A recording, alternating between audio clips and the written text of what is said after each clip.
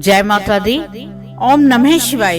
आज हम रुद्र संहिता के 20वें अध्याय का श्रवण कर रहे हैं।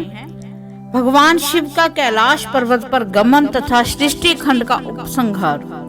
ब्रह्मा जी कहते हैं कि हे नारद, मुने कुबेर के तपोबल से भगवान शिव का जिस प्रकार पर्वत श्रेष्ठ कैलाश पर शुभागमन हुआ वह प्रसंग सुनो। कुबेर को वर देने वाले विश्वेश्वर शिव जब उन्हें निधिपति होने का वर देकर अपने उत्तम स्थान को चले गए, तब उन्होंने मन ही मन इस प्रकार विचार किया।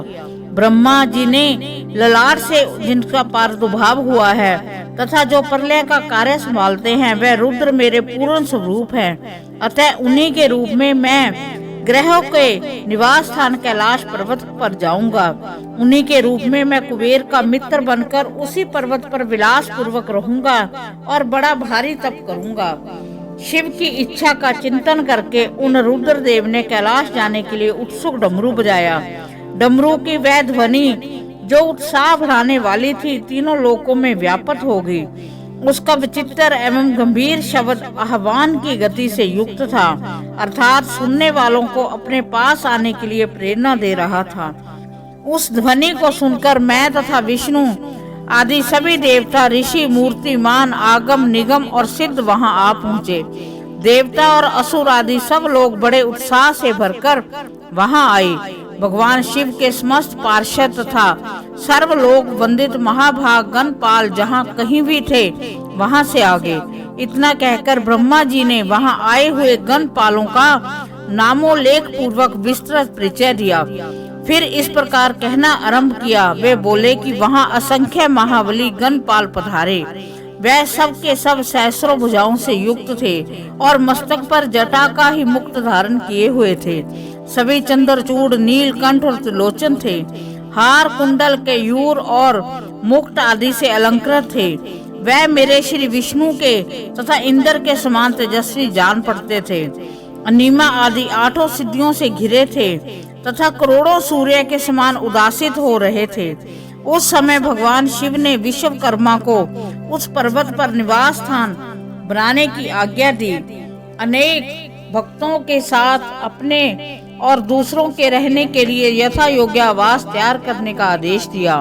मुने तब विश्वकर्मा ने भगवान शिव की आज्ञा के अनुसार उस पर्वत पर जाकर शीघ्र ही नाना प्रकार के ग्रहों की रचना की। फिर श्री हरि की प्रार्थना से कुबेर पर अनुग्रह करके भगवान शिव सानंद कैलाश पर पर्वत पर गए। उत्तम मुहूर्त में अपने स्थान में प्रवेश करके भक्त वत्सल परमेश्वर शिव ने सबको प्रेम दान दे स्नात किया। इसके बाद आनंद से भरे हुए श्री विष्णु आदि समस्त देवताओं, मुनियों और सिद्धों ने शिव का प्रसन्नता पूर्वक अभिषेक किया। हाथों में नाना प्रकार की भेंटें लेकर सबने उनका पूजन किया। बड़े उत्सव के साथ उनकी आरती उतारी। हे मुने, उस समय आकाश में फूलों की वर्षा हुई जो मंगल सूचक थी। सब और जय जयकार और नमस्कार के शब्द गूंजने लगे। महान उत्साह फैला हुआ था जो सबके सुख को बढ़ा रहा था। उस समय सिंहासन पर बैठकर श्री विष्णु आदि सभी देवताओं द्वारा की हुई यथोचित सेवा का बारंबार ग्रहण करते हुए भगवान शिव बड़ी शोभा पा रहे थे। देवता आदि सब लोगों ने सार्थक एवं प्रिय वचनों द्वारा लोक कल्याणकारी भगवान शंकर का पृथक पृथक स्तवन किया। सर्वेश्वर प्रभु ने प्रसन्न चित्त से वह स्तवन सुनकर उन सबको प्रसन्नता पूर्वक मनोवांछित वर एवं अभीष्ट वस्तुएं प्रदान की। हे मुने, फिर श्री विष्णु के साथ मैं तथा अन्य सब देवता और मुनि मनोवांछित वस्तु पाकर आनंदित हो भगवान शिव की आज्ञा से अपने अपने धाम को चले गए। कुबेर भी शिव की आज्ञा से प्रसन्नता पूर्वक अपने स्थान को गए। फिर वह भगवान शंभु जो सर्वथा स्वतंत्र है, योग प्रायण एवं ध्यान तत्पर हो पर्वत कैलाश पर रहने लगे। कुछ काल बिना पत्नी के ही बिताकर परमेश्वर शिव ने दक्ष कन्या सती को पत्नी रूपा में प्राप्त किया। देव ऋषि फिर वे महेश्वर दक्ष कुमारी सती के साथ विहार करने लगे। और लोकाचर प्रायण हो सुख का अनुभव करने लगे। मुनीश्वर, इस प्रकार मैंने तुमसे ये रुद्र के अवतार का वर्णन किया है, साथ ही उनके कैलाश पर आगमन और कुबेर के साथ मैत्री का भी प्रसंग सुनाया है। कैलाश के अंतर्गत होने वाली उनकी ज्ञान वर्धनी लीला का भी वर्णन किया है, जो इन्हीं लोक और परलोक में सदा संपूर्ण मनोवांछित फलों को देने वाली है। जो एकाग्रजित होकर इस कथा को सुनता है या पढ़ता है, वह इस लोक में भोग पाकर परलोक में मोक्ष लाभ करता है।